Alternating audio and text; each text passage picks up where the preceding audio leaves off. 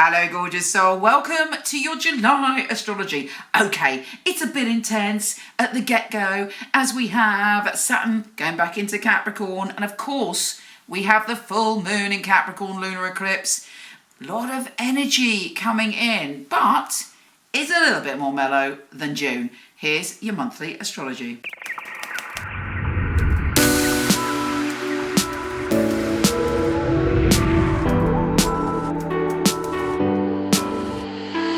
Hi gorgeous Sagittarius, my wild pony of the zodiac. How are you doing?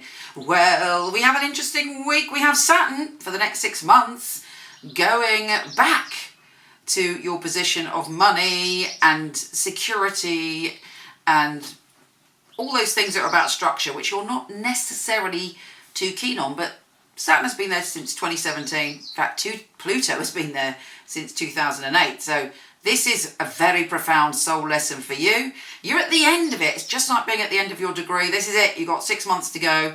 You know, he's firmly there for 6 months. And for you, it's very important that you pay attention to your finances and your security. You plot where you want to go from here. Because actually, when you do create a certain amount of security around you, it means that you can be free to go on all those wild adventures and do what you want to do.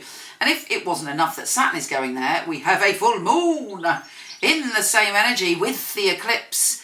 And as you know, an eclipse is pretty full on. It's drama central, but it keeps everything hidden. We don't ever know the full story until a few weeks later. So something is about to be revealed, and something's about to be revealed that's very important. Pay particular attention to your emotions at the time of the full moon. Now Mercury, the planet of communication, is going direct from the 12th, hurrah! But of course he's in Mercury shadow, or they are in Mercury shadow until the 26th. So everything is clearing, but not totally clear. So, you know, be careful with your communication, but also rejoice in the fact that it's going forward. And actually, it's in your very intense primal zone. You might have had secret conversations. You might have been discussing all sorts of naughty shenanigans, primal things, maybe things that you couldn't talk to people around about, but you are talking to other people about. It's about you being in your power. You might have talked to influential people. And actually, we've got a new moon in that energy this month as well. And that new moon is giving you a new start and allowing you to shed things and allowing you to shed fears about being powerless, allowing you to go on a new start where you step into your power and, you know, you're not frightened of the depths of your being. We also have a Mars and Chiron conjunction. Chiron is the wounded healer, and at the moment Chiron is in your pleasure zone, and also to do with your intimate relationships, your happiness, your creativity and your joy. So what needs healing in those areas? Is there anything to do with your sensuality that needs healing? Is there anything to do with children if you're a parent that needs healing? Is there anything to do with your creativity that needs healing?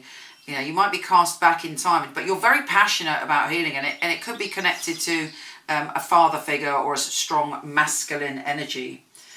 Now,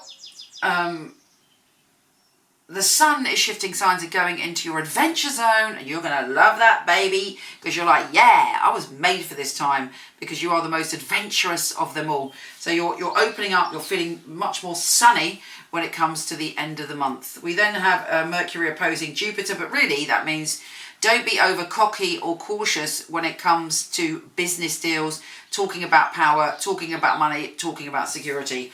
Let's see what the tarot have in store for you, Sagittarius.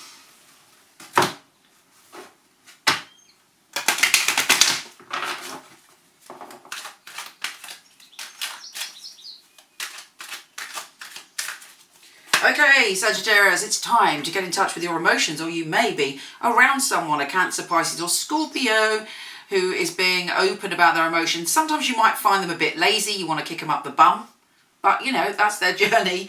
Whether you can relate with that person if they're like that is entirely up to you, but that might be their path, that might be who they choose to be. So who are we to judge?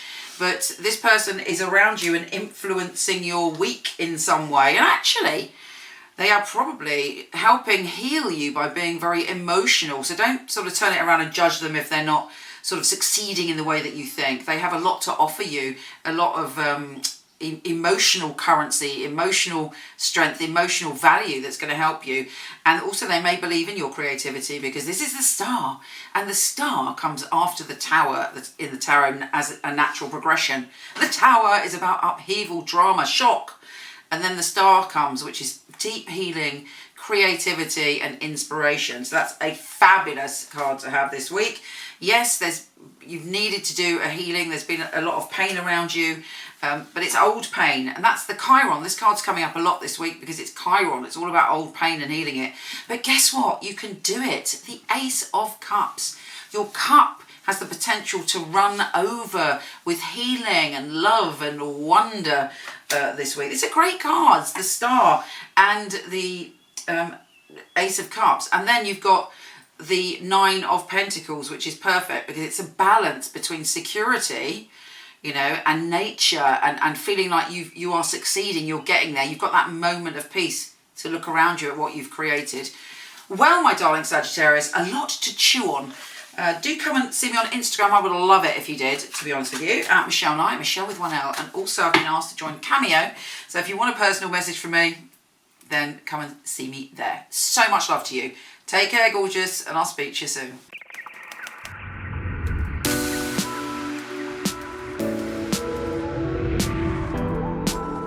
Hi, gorgeous. Before you go, check out my new film on my fabulous psychics. A lot of people ask me for readings. I don't do them anymore, but for over 20 years, I've had an award-winning team of psychics that I truly handpick. So check out the film, let me know what you think.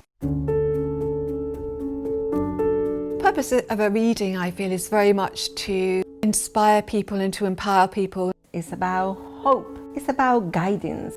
Using a phone or being with you, it will be the same, because the matter is spiritual.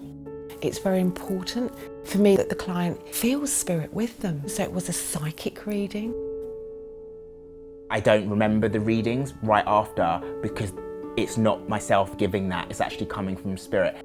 And it is a bit like a three-way conversation. I've got the person on the phone, I've got me, and I've got another voice that's telling me things.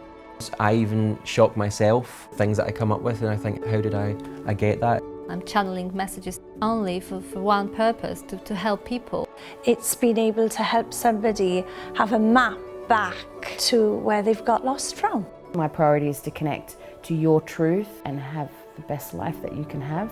I think in my readings people feel a sense of a safe space where they can really be themselves, let go. You need a feeling of being understood, because reading should be empowering. I will make sure when the reading is finished that you're happy with everything. I couldn't do anything else. It's part of who I am. It's what I came here for, obviously. And when they come back and tell you they've got their dream job or the love of their life, that really makes me feel like I'm valued. I love to hear a sigh of relief. A lot of weight has been lifted off their shoulders. We have the answers that we are looking for within ourselves. I know I have the tools to help you. Everything begins and ends with you.